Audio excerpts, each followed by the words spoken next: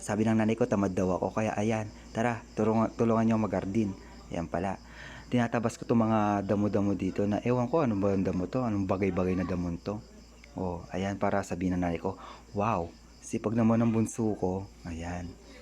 Hindi, may lalagay akong mas magandang halaman dyan. Tinatawag nilang snake plant. Ayan.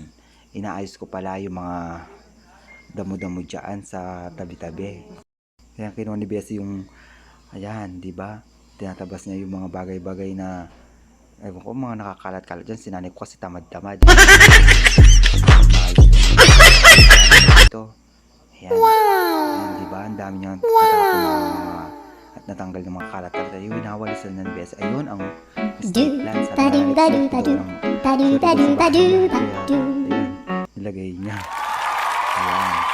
Para sabi ko, wow, mapapawaw siya. Ayun ang snake plant.